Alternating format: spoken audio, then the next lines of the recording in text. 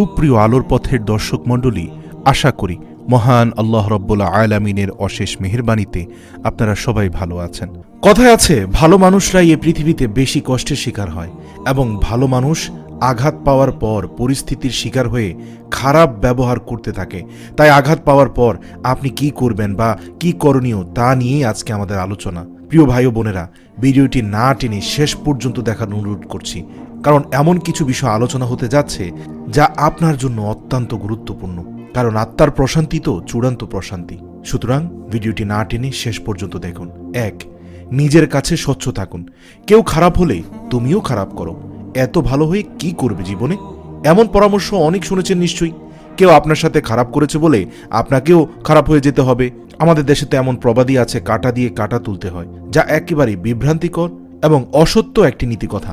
জীবনটা মোটেই এমন কিছু নয়। আসলে বিষয়টি হচ্ছে নিজের